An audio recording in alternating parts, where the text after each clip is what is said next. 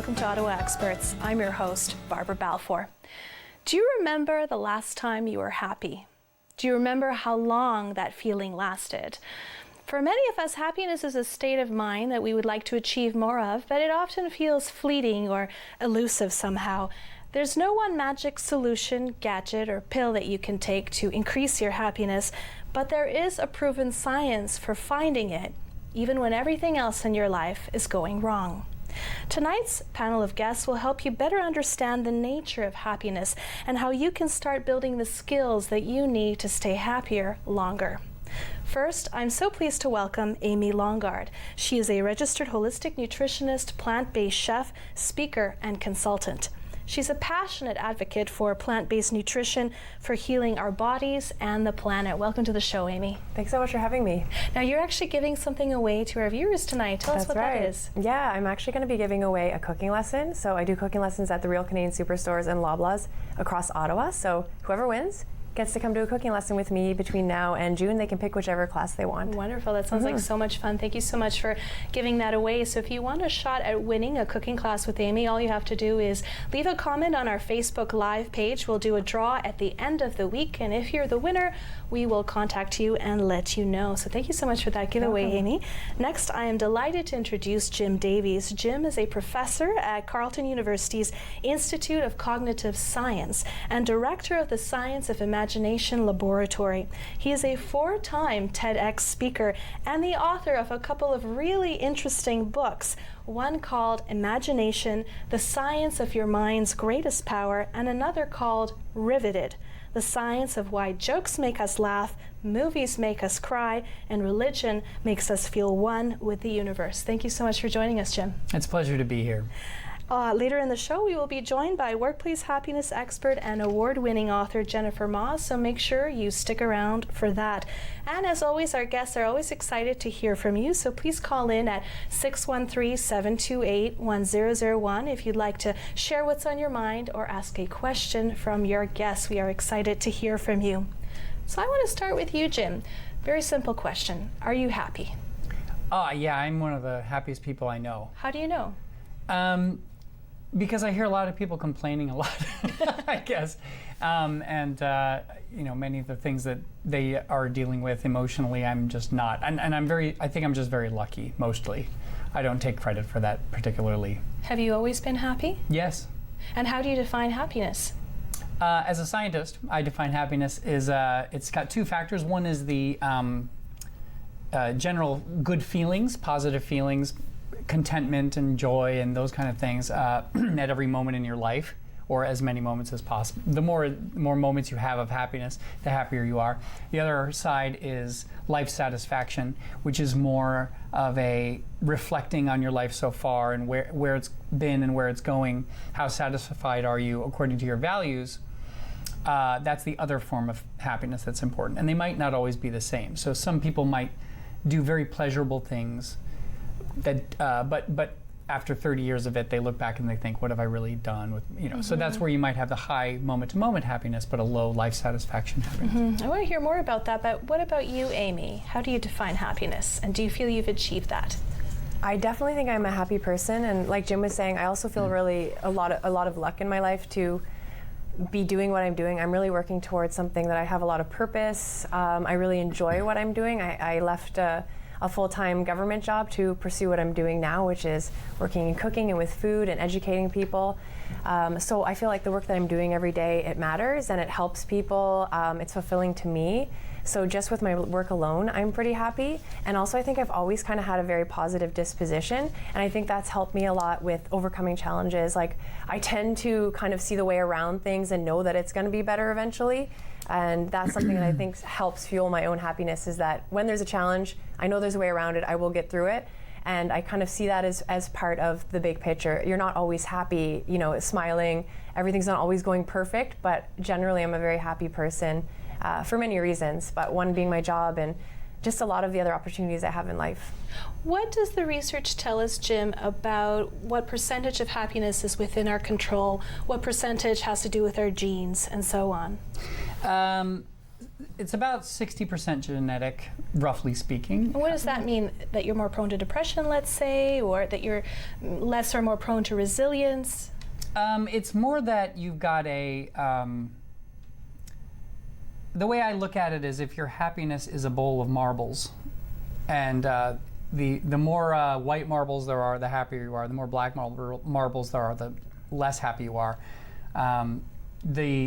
Your genetic outlook accounts for about, and there's 100 marbles in the bowl, genetics accounts for about 60 of them. And it's not to say that all those 60 are going to be black or all white. It's just that your overall happiness profile is determined in some part by something that you don't have any control over. But you actually don't have control over a lot of the non-genetic things in your life too, like your parents and other things. So what's actually under your control is even less than that. Why do you think it is that some people who maybe don't have all the material trappings of the West, who maybe come from poorer societies, tend to come across as happier? Well, they're usually not happier, actually. So when you look across countries, the gross domestic product of a country does correlate very well with happiness. It's actually kind of a myth that people in poorer countries are happier. The money, if anything, predicts more happiness. We've leveled off in the Western world. It hasn't been increasing commensurately with increases in GDP. But when you start getting lower and lower, the happiness does reduce. Mm-hmm. Now, Amy, when it comes to achieving happiness, you know from your own background that a lot of it has to do with the basics. Eating well, sleeping well, getting exercise, staying hydrated, and a lot of those basics tend to be overlooked. They go by the wayside when we get really busy in our life. You know, tell me about some of the mistakes that you've seen people make from a nutritional standpoint that is maybe taking away from their happiness. Well, a really basic and easy one to do, so it's a good takeaway for people, is that just staying really well hydrated. One of the mistakes a lot of people make is they're just not drinking enough water. Even the early stages of dehydration will impair your mood, your cognition. It's not a desirable place to be when you're starting to become dehydrated. So usually when people notice that they're thirsty, they're already becoming dehydrated. So one of the tips that I give people is just to make sure that you're drinking between 2 to 3 liters of water per day. If you're drinking a lot less than that, maybe try to drink more than you're currently drinking, but just staying well hydrated throughout the day. So is there a correlation between being dehydrated and being unhappy? Well, there could be, because the thing is it's going to affect your mood in a negative way, because you're not thinking as clear, cognitively you're not as sharp, you can't focus as well, so there could be links between that. So and I guess when you're not feeling well, you're also not looking as favorably at the world around you, right? You're not as in a happy state as you could probably be. Like, you're not in an optimal state when you're dehydrated. Like, water is just so crucial. As we know, you'll die within 3 days if you don't drink water. Like, that's how important it is to our overall health, is that, like, you can go, I think, 3 weeks without eating food, but only 3 days without water. So water is just extremely crucial and important in our overall health. So obviously feeling healthier will make you feel happier. Yeah, and the power of suggestion is amazing, because as you were talking, I had to help myself to a big swig of water from my cup. We actually have a caller on the line. Lily, are you with us? Yes, hi. Hi, thank you so much for calling. Did you have a question for our guests? Yes. My question was, is there a sentence or phrase that you think of when you're going through a hardship and you're unhappy? Could you repeat that one more time? Sure. Is there a sentence or a phrase that you think of when you're going through a hardship or when you're unhappy? Ah, that's a really good one. A sentence or a phrase that you repeat to yourself, I guess kind of like a mantra when you're going through hardship and you want to feel happy again.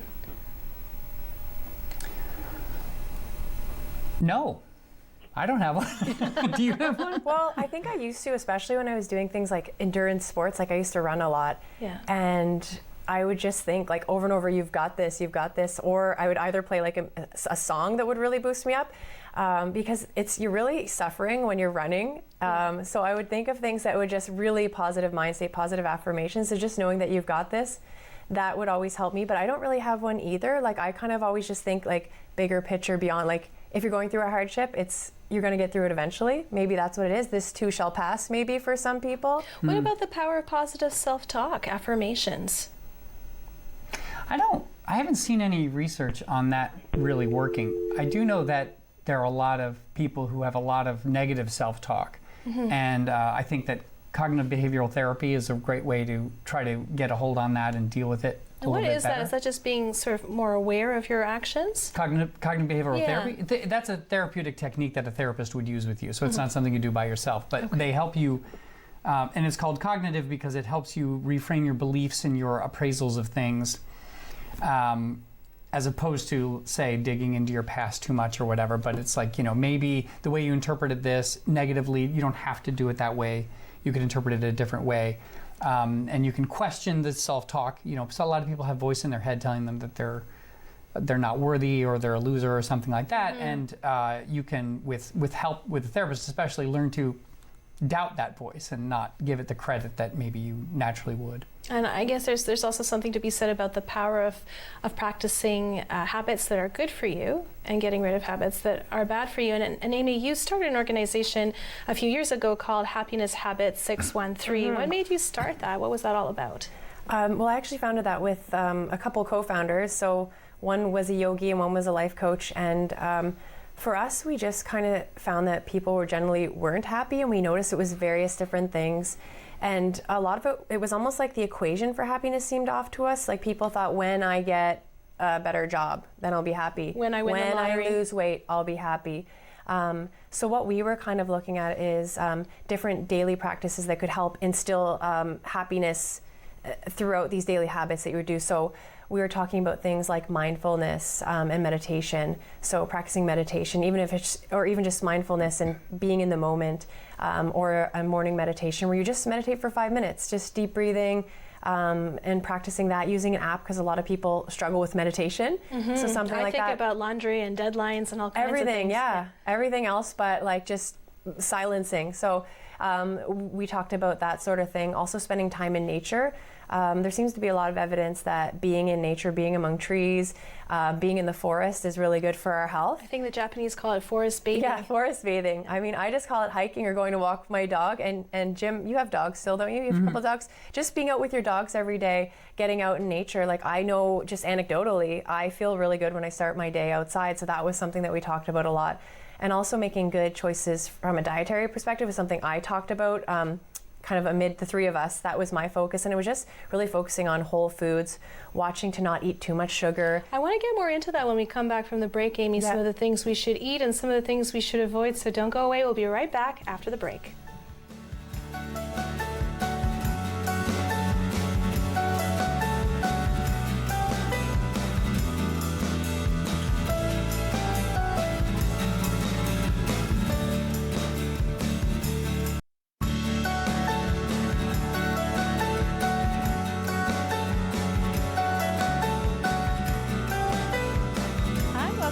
Experts. I'm your host, Barbara Balfour, and on tonight's show, we're learning how to find happiness, even when everything in your life is seeming to go wrong. We have a caller on the line joining us in the studio tonight. Anna, are you with us? Hello, yes, I am. Hi, Anna. Thank you so much for calling in. Did you have a question for our guests? Yes, I do. My question is, basically, it's the cart before the horse type of thing. When you're going through a hard time, I find myself that all of the habits that I normally have built up go out the window to keep me happy on a normal daily basis. So it's hard to maintain that happiness to get back into it if you're already throwing out all those habits. So what would you suggest when you are going through a hard time to sort of get back into those things?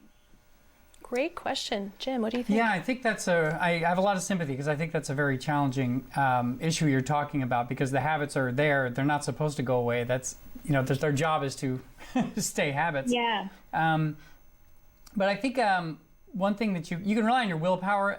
That's not a great solution. Just force yourself to do the habits. That you can do that as much as you can, but everyone runs out. I think that one thing that can be really good for amplifying good behaviors and good habits is social help. So eating with people, exercising with people, whatever the habits are, if you get other people to either do it with you or to gently remind you and encourage you, social support in that way is kind of crucial for the good behaviors that lead to a happier life. And Amy, do you have anything to add to that? I mean, you can sort of have a New Year's resolution and drink kale smoothies every day, but when things get rough, there's nothing more comforting than a pillowy, soft donut from Susie Q's. Yeah, it's so true, and I totally agree with what Jim said. I also kind of look, even just getting the basics done is, so back again, thinking of drinking water, or just, a lot of times when people are they're in a hard state or whatever's going on, they tend to forget to eat. So when you forget to eat, or you're not eating because you're not feeling well, you can feel even more in a state of despair if you're not eating at all. So I remember, even just from a personal anecdote, is that when I was going through a harder time in university and struggling to get, focus on school, I was speaking with a counselor there, and she just recommended, just make sure you're still doing the things like eat food, whatever that food is. And I'm normally one to say eat food, like healthier food, but if you're not eating at all, we want you eating something if you're in a bad state, or just moving. So if you can reach out to somebody and get to the gym and just walk on the treadmill, or just go for a walk with a friend, and reaching out for somebody to help you do these things, just getting movement in. There's so much positivity that comes from exercise and moving your body. So just doing basic things like that. They don't have to be strenuous or intense, but just doing these little good things, and don't set the bar too high for yourself. Be gentle on yourself if you can. Even scaling down if you can, and a little bit of peer pressure goes a long way, I guess, right? Yes. Thank you so much, Anna, for calling in. Jim, I wanted to piggyback a little bit on what we were talking about before we went to break, which is talking about why so much of advice that's given to increase happiness doesn't work. Yeah, that's a great question, and a lot of people they had this misconception that being happier and getting the secret to happiness is understanding something. It's believing something, and that what that doesn't do is it doesn't change the way that you behave, because the way that you behave and your habitual means of interacting with the world and appraising things are matters of habit that get built over time. So just like knowing that you're supposed to interpret things in a positive way when they're ambiguous, for example, right, isn't enough, because when you encounter something stressful, you will fall back to whatever you habitually do. Mm-hmm. So this is why once you learn, even if you were to learn the secret of happiness, and we'll talk about several tonight, right? Mm-hmm. They're not going to change your life immediately, because you need to do them over and over again so that they become your natural way of dealing with the world. And so the happiness is a gradual increase as your habits change. Mm-hmm. And it's not just a matter of learning something and something snaps and changes. So how long could you reasonably expect it to take? There are a lot of people who, I get asked this a lot, like there's some 36 times or something like that, but the habit formation is quite variable. It's easier to get a habit of eating popcorn than broccoli than watching TV. Yeah. So it depends on the natural pleasure you're getting from it. It depends on how often you do it. But pure repetition will do it. Bundling it with more rewarding things will do it. So listening to music while you exercise or something like mm-hmm. that. Finding something you look forward to. Yeah. So I would say, but if you're trying to do something, say, every day, I would not expect it to feel like a habit until at least 30 or 60 times. So what you do every day matters more than what you do once in a while, basically. Mm-hmm. That is absolutely true for the good things. Okay. You can do disastrous things once in a while, and it can really derail you. That's true. Like screaming at a friend. I mean, Yeah. But yes, there are some daily things that people should, try to work on to be happier. Absolutely. We are joined by another caller on the line. Aaron, are you with us? I am. Hi, thank you so much for calling in. Did you have a question for our guests? I do. This is the thing. In the past, I assumed that I was happy. The reality was that I was hopped up on sugar most of my life. And so I'm now trying to cut the sugar, and I've realized that my moods are kind of a little lower than they used to. Is there something that I can use substitute to try to regulate myself off of the sugar?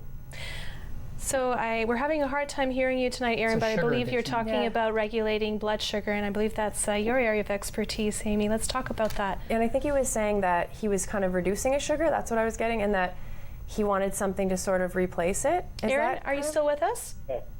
Could you repeat your question? Yes, that was my question, basically. What can I use to replace sugar so I can levelize my mood? Now, sugar is a real addiction. It's a very tough one. Yeah. And it takes a long time actually to adapt the palate if you're used to eating very sugary foods. So it's something that sort of happens slowly over time. And I think one thing is eating a more balanced and nutritious diet around, like, throughout the day. So adding in more nutrient-dense foods. So a lot more fibrous, like plant-based foods, lots of veggies. Adding in fruit. Fruit is a good way to get in sugar that's much healthier, where you're going to have, like, say if before, potentially, I don't know what he was eating before, but if it was candies and milk chocolate and cake, those sort of things are very sugary, and they will impact the blood sugar and cause it to spike quite a bit in a very different way than, say, fruit would, where fruit's actually packed. It's going to have a sugary and sweet taste, but it also contains fiber and antioxidants and nutrients. So maybe leaning into healthier forms of sugar at first, like if he was eating sweets and stuff, maybe moving in towards like having an apple with some cinnamon on it and peanut butter. I know that's not as exciting as a chocolate really good, bar, especially if you bake the apple. Did you have something to add? Yeah, the food replacement is great, but another thing, a lot of people eat junk food out of habit. So let's say that you go and get a donut every day at 2 o'clock and you want to cut that out. People are going for that donut for different reasons. So really looking into yourself and asking, what do I need? Do I need a break? Because if you need a break, you can replace it with talking to somebody. Am I hungry? If you're hungry, you can replace it with a better food. Do you need the company? Do you need the stimulation? Then maybe you should take a walk. The social encounter. Yeah. Yeah, and one of the keys to habits is you can't get rid of habits. Your habits stay in your brain waiting to be reactivated. Really? You have to replace them. Interesting. So here's what happens. Let's just say you've got a 2 o'clock donut habit, right? It's 2 o'clock. Oh God, I'm not going to eat the donut. Okay, 5 minutes later, you have to do it again. 5 minutes later, you have to do it again. After 45 minutes, you feel this great sense of accomplishment, and then you go and eat the donut, right? So replacing it with something, let's say that you figure out that you are bored and you need stimulation at 2. You have caffeine, or you take a brisk walk or something.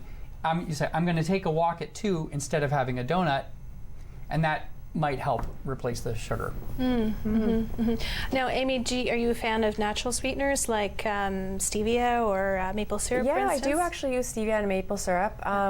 I think the thing is, it is a good point to question really what is that deeper reason for the sugar craving and continual sugar addiction. But yeah, I'm a fan of actually making like healthier sweets.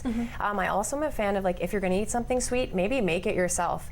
Because at least when you're, say, if you want cookies, at least if you make them, you're putting that time in to create the cookie, bake the cookie, you're not as likely to overconsume them in the same way, because you're actually going to value because you put the effort in. Right now, food is so easy and accessible that we can grab sweets and junk food left, right, and center. People push it at you. Yeah, it's literally every corner you turn. So, and creating that value for the food and also that connection to what you've made, that might be another way to do it too. And maybe appreciate the food and rather just, because we're so mindless with something like the habit that you're saying, like that 2 p.m. where you're eating something sweet, it's just a mindless sort of thing. Or then you become cognizant of it and then you're feeling bad about it and thinking about it over and over. I find appreciation is something that, you sometimes have to practice. And Jim, does the research show that humans are naturally ungrateful? Does that contribute to our lack of happiness? Well, I mean, you get used to things, right? You take things for granted. You get used to good, yes, but you get used to good and bad things. So, and you can use this to your advantage, right? So, if you, let's say you have to do something that's really not pleasant. Maybe you want to eat cabbage, or you have to do painful physio exercises, or something like that. If you make them habitual, you won't notice them or remember them as much, right? But the good thing, if you make the good things habitual, you have the benefit of they happen all the time, but they will directly affect your happiness a little bit less because you don't remember them quite so well. Now, as a scientist, you know that our senses don't always measure reality in an objective way. Can you talk to us about some of the experiments that prove that? Yeah. Our perception evolved to help us make more kids. That's the reality. And we assume that the function of perception and of memory is to give an accurate description of the world, but really it wasn't. It was only evolution only made it like that to the extent that it would help us reproduce, right? So what we do is when we see a hill, hills are difficult to climb, but they're even more difficult to go down. They're more dangerous. It's like going up a tree is easier than coming down, for example. So they've done experiments that show that a hill will look more steep from the top than from the bottom. Or something. And if you're more tired, the hill looks steeper. So runners will complain that like the last hill is always the hardest, and it seems like, oh, why'd they put the hardest hill at the end? But really their tiredness is making it look like that too. And So I've read research that shows that when a man is hungry, he tends to find a woman who has meat on her bones to be more attractive. When a man is full, he's more attracted to the woman who looks slim, and this is sort of mirroring what we see in cultural ideals of feminine beauty. Yeah, that's right. So cultures that are poorer tend to prefer women with a little more weight on them. And they've even tracked the weight of Playboy centerfold models with economic ups and downs. So when there's an economic downturn, the more voluptuous women show up in the men's magazines. Absolutely fascinating. Now we're just about to go to break, but Amy, I want to hear more about the connection between the gut and the brain and mental health, and some of your suggestions for how we can incorporate healthier habits into our daily lives. When we come back from the break, we'll be joined by Jennifer Moss. She's a happiness expert on the workplace. Lots more when we come back after the break.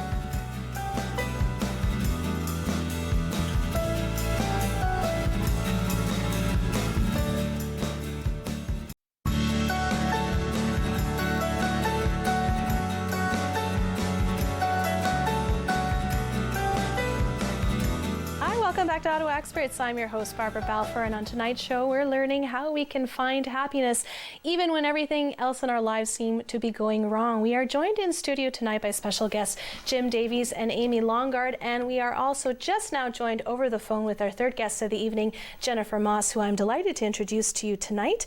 Jennifer Moss is an international public speaker, a workplace happiness expert, and the award-winning author of Unlocking Happiness at Work. She's a committee member at the United Nations Global Happiness Council and is also the co-founder of Plasticity Labs, a consulting company focused on workplace well-being. Welcome to the show, Jennifer. Are you with us? Yes, it's great to be here. Thank you so much for joining us. So tell us a little bit about your journey towards becoming a happiness expert. How does one become a happiness expert, and have you always been happy? Yeah, that's a great question. Well, I think I am, as your guest Jim mentioned, that there is a genetic predisposition for sure. I think that I have that, but I also spend quite a bit of time just working out my psychological fitness and using the tools that I know I can use to develop, the habits of happiness. But my story started, about a decade ago, actually, and I was living in San Jose, and my husband became very ill. He actually had swine flu and West Nile, and then ended up contracting Guillain-Barré syndrome. And as a pro athlete, becoming acutely paralyzed, it really changed our lives. And what happened in that moment was that we realized that a lot of, leadership and a lot of coaching comes with professional sports. And when the average person doesn't get that kind of, psychological fitness training, they don't meet trauma and stress in the same way. And that led us to just really try to understand. Jim went back to get his PhD. We moved back home to Canada, and then 10,000 hours, I say, later, we really developed a lot of understanding and knowledge from the research and data that we've collected in our own work. Mm-hmm, mm-hmm. Now, you're a specialist specifically on happiness in the workplace. How is it achievable? What are some of the important key points that you'd like to make?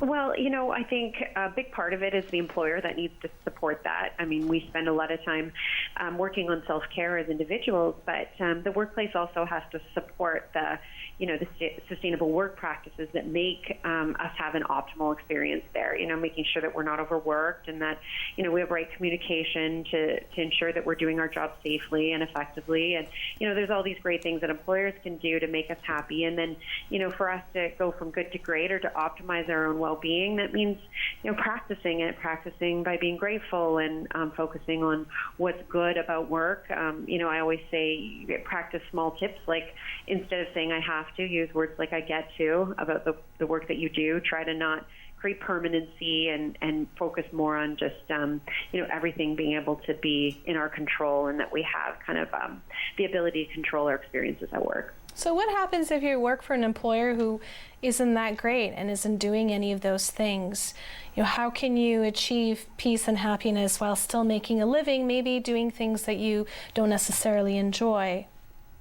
Well, I think that is the age-old question, really, is, there's so many people right now that go to work and they are checking out on Fridays, and they're sort of weekend warriors, and they're starting to get stressed out about going back to work already on Sunday afternoon. So it's a problem, and I think it's tough to ask people to manage their own burnout or deal with their own happiness if they go to work and it is a place that's toxic or unsustainable. But a lot of people do actually look at work as a place where they can make a livelihood, and then the rest of their life, if it gives it passion and purpose, they can find a way to really still have a happy life. But I do think work and life intersect, and if you are miserable at work, there's a lot of spillover into your life that makes you unhappy at home as well. Now, Amy, you left a government job to sort of pursue your passion. Do you have any thoughts to add to that? Well, I totally agree, because for me, I realized that wasn't really the job that I should have been doing. I even had a career counselor in the government, and then had a mentor who was a government worker who thought that it wasn't really the right place for me. Why were you there in the first place? I think because I live in Ottawa, and I thought it was the thing to do. Yeah. So I ended up just kind of following along what everyone else did. And I totally agree, like, work does spill over into life, and especially in Ottawa, when you're in the government, that's a big part of what everyone's talking about. But I have to say now that I'm just so much more inspired in my job. I have so much more autonomy. Everything I do is what I want to create. So I'm lucky that now everything I'm working on is something I'm excited about. And even the hard parts, I can kind of get through them, of, being an entrepreneur.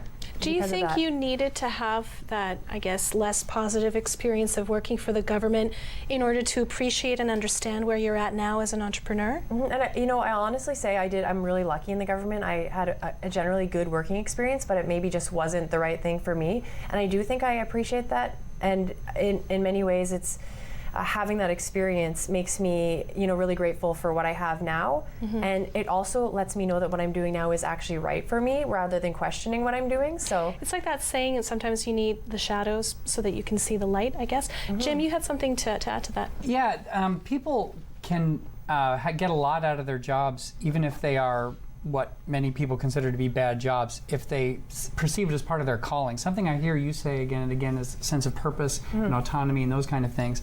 But people who are custodians at hospitals, many of them are very satisfied because they feel that they are a part of a good movement, that there's healing, right? And they see themselves as they've got a role in a healing organization that wouldn't function without them.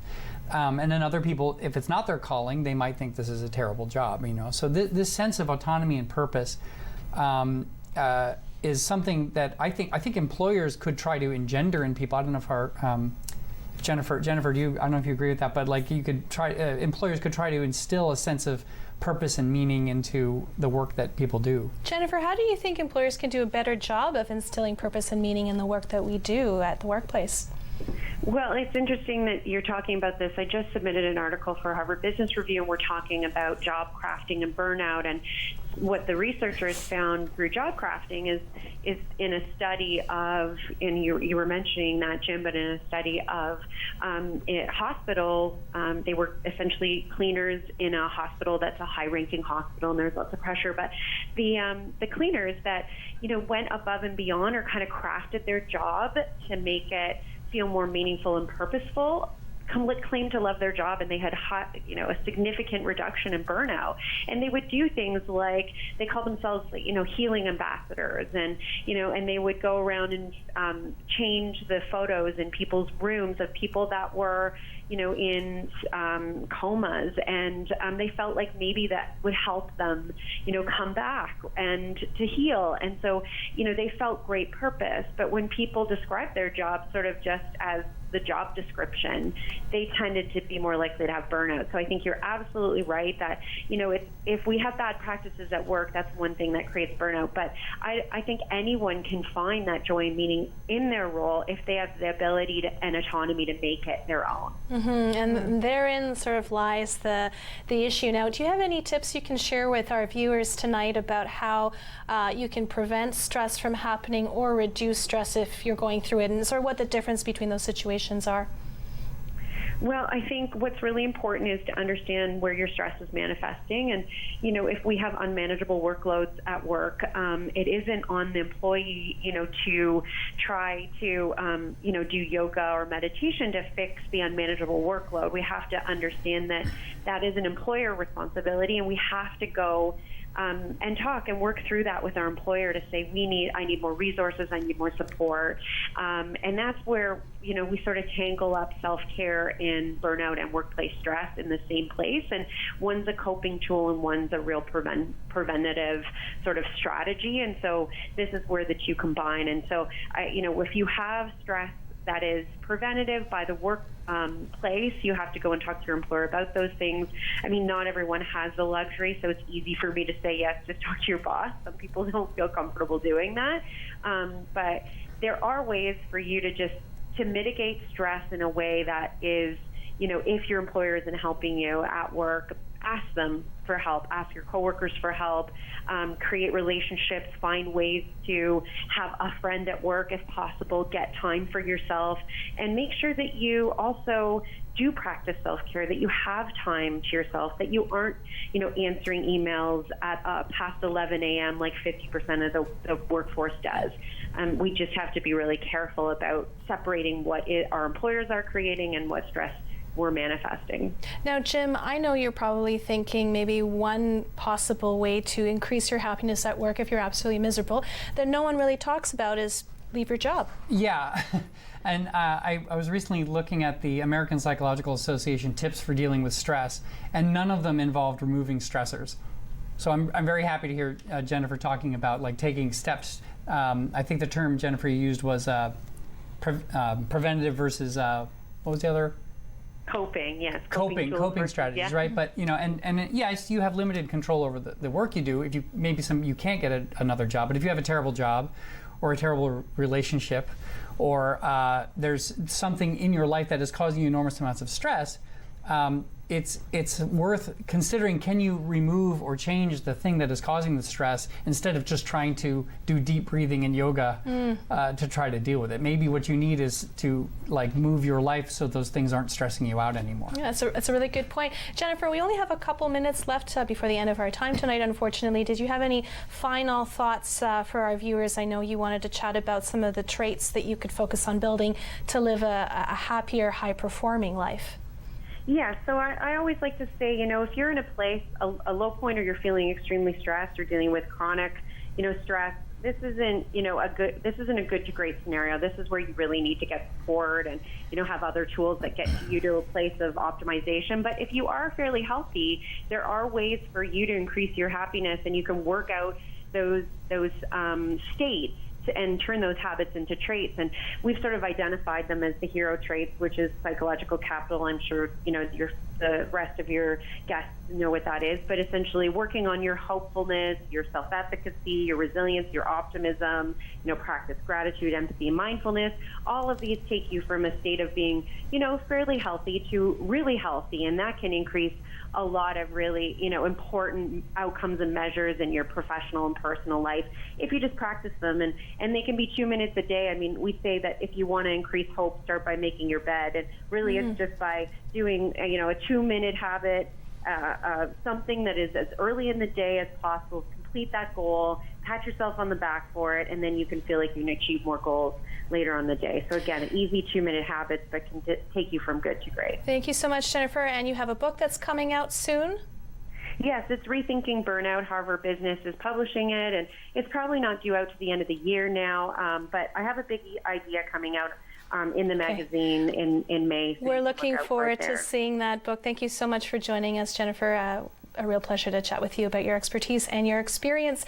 After the break, we'll be back with more tips on healthy nutrition and finding happiness.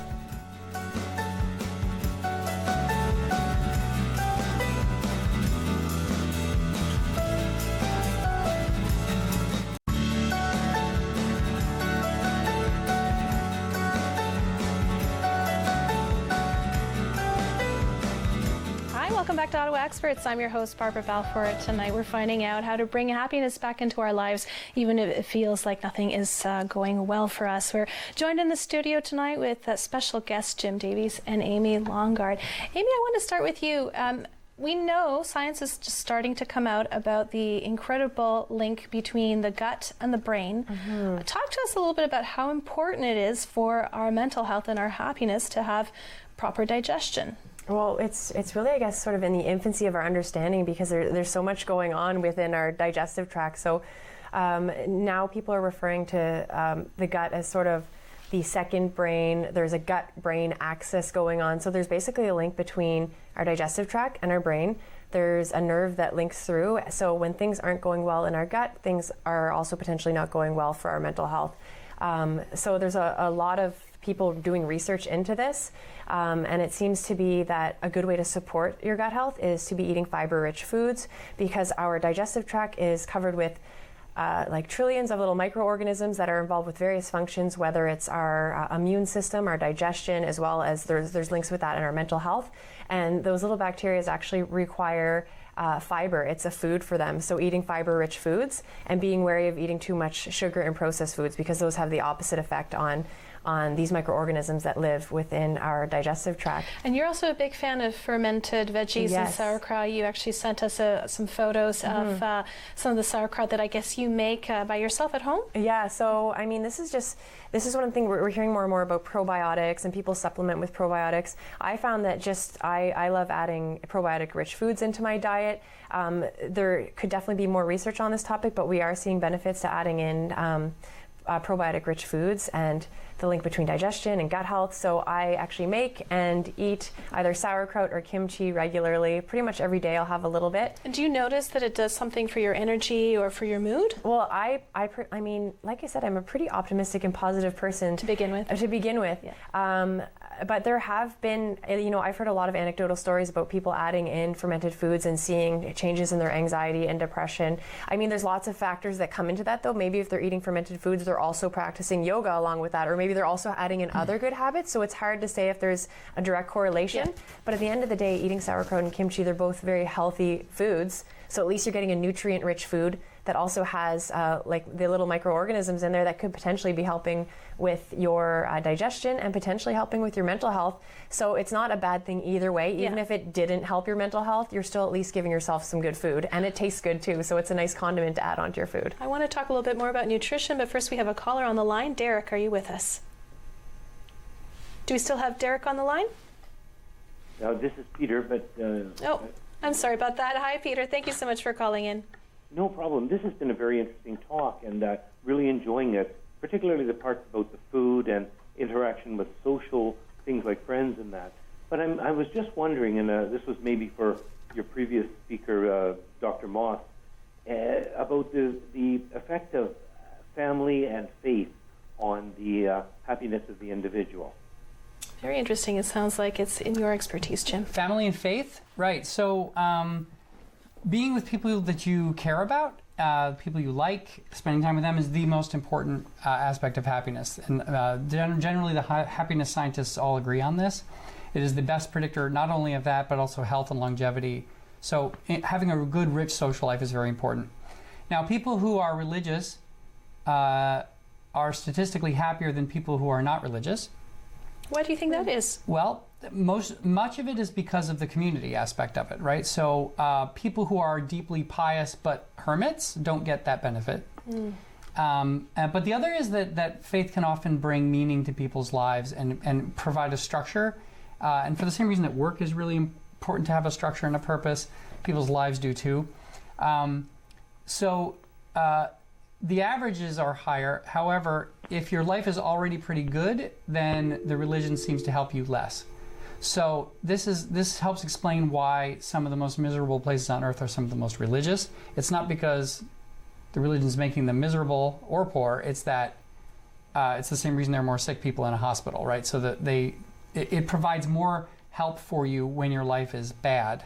Oh, when it's already so bad. If your life is very bad, the religion can boost your happiness, and sometimes it doesn't provide as much of a benefit if you're already doing pretty well. That's what the science shows. Very interesting. Now let's talk about how we can use food to create a community. Well, So of course, as you can tell, I love food and talking about food, and I also really strongly encourage people to bring that love of food into their life, whether it's, you know, just cooking a nice meal for themselves, number one, but extending that into community would be inviting friends over to cook with you. If you're somebody who doesn't love cooking, inviting a friend over and turning it into more of a social activity, or planning like a date with a good friend or a partner to have a cooking night together, or even organizing something like a potluck or a big dinner among friends.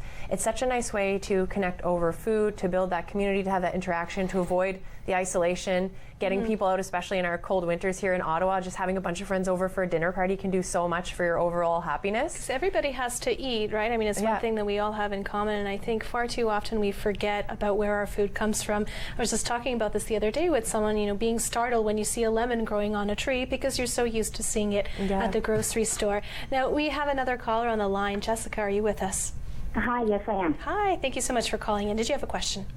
I do. So how do you know when you're like stressed to the max? What are some like signs that your body usually gives off? Some red flags? Yeah. Because I think I'm stressed to the max.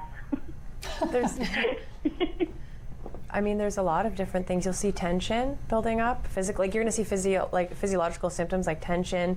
Some people actually get rashes. And I guess digestive issues are basically your digestion shuts off when you're under chronic stress. It's sort of that fight or flight response. Like when you're under chronic stress, digestion is not important.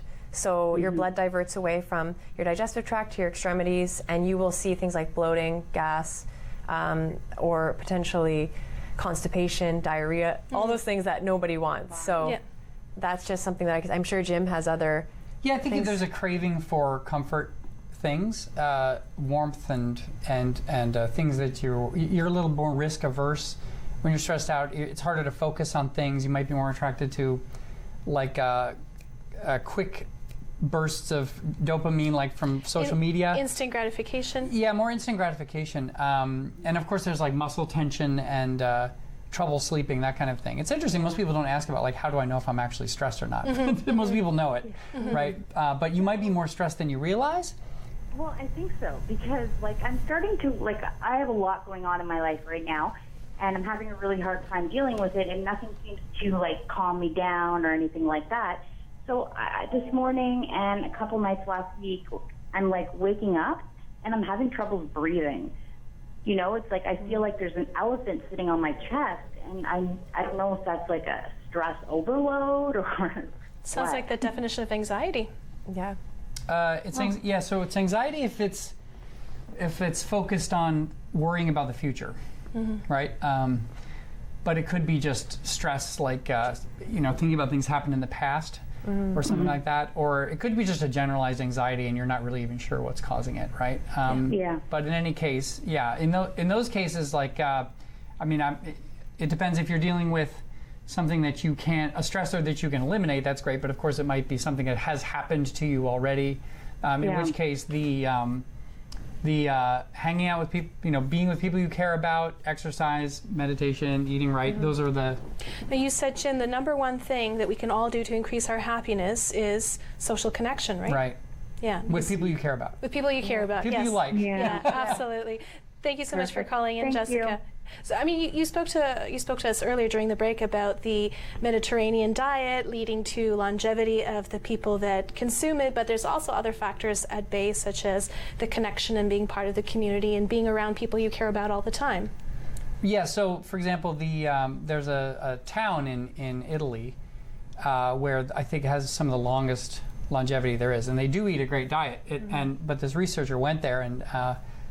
She wanted to interview people who lived a long time about what they did and everything, and she got frustrated because she couldn't, like, no one could get a word in edgewise. There were like 10 people in the room, and they were all talking, and she was driving her crazy. And then it dawned on her that this is what's causing it. Like, there was like a 100-year-old guy who was incredibly grouchy and grumpy, and they would just like call him my treasure, and like, he was always around. And I would have liked to have been in that room. Yeah, I'm sure there's some great food and company too. You know? Now, Jim, you wrote about this in some of your publications earlier about people's reset point for happiness, and you've alluded to this as well, Amy, in that sometimes we think that if we win the lottery, we'll be happier, or we think that if this disaster happens to us, then we'll be devastated. But then, we all end up bouncing back to that same reset point of happiness. Explain that to us a little bit. Yeah, so people, like we were talking about the marbles, for the audience who missed it, you've got a genetic component to your happiness. And then the things that happen in your life and the things that you can do in your life push it, but it's sort of got a center of gravity that it keeps trying to get back to. So it's kind of like a rocking chair where you could push it forward and you're like really happy, and an event can push it back and make you miserable, but eventually it's going to settle back to where it was. And some people are just naturally very happy. Some people are just naturally kind of miserable. And then moving that set point is very challenging. And so there are some happiness researchers who say like the only way to seriously change your set point is meditation, cognitive behavioral therapy, and Prozac. Like but Prozac doesn't help people unless they're depressed or have some specific thing. Some sort of clinical diagnosis. Right. So it's usually easier to try to work with your set point rather than trying to change it. Now, unfortunately, we only have a couple minutes left before we have to say goodbye. The hour has flown by so quickly. Amy, any final thoughts for our viewers? Where can we find you? Where can we cook with you? So they can find me on my website, just amylongard.com. I'm on social media a lot, so I'm on Instagram as well as Facebook. They can find me there. And I'm often doing events and cooking lessons throughout the city. All of that information will be on my website. And I really hope to see people out and having fun with food with me, because I'm doing lessons regularly and I'd love to have your viewers join me for a lesson. So head over to my website for more info on that. And make sure that you leave a comment on our Facebook page if you want to win a cooking class with Amy. Jim, any final thoughts?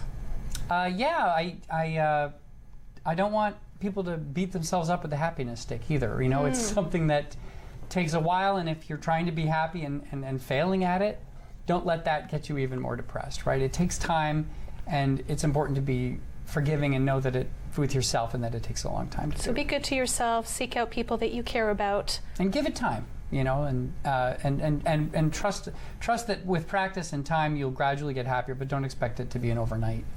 And you're also working on a book, right? Yes, I'm working on a new book on how to be happy, productive, and moral. So hopefully that'll come out in about a year. Wonderful. I can't wait to see that. Well, thank you so much to you both for coming in and sharing your expertise. It's been a wonderful and productive discussion. Thank you so much for joining us tonight in the studio. Have a great evening, and we'll see you next week.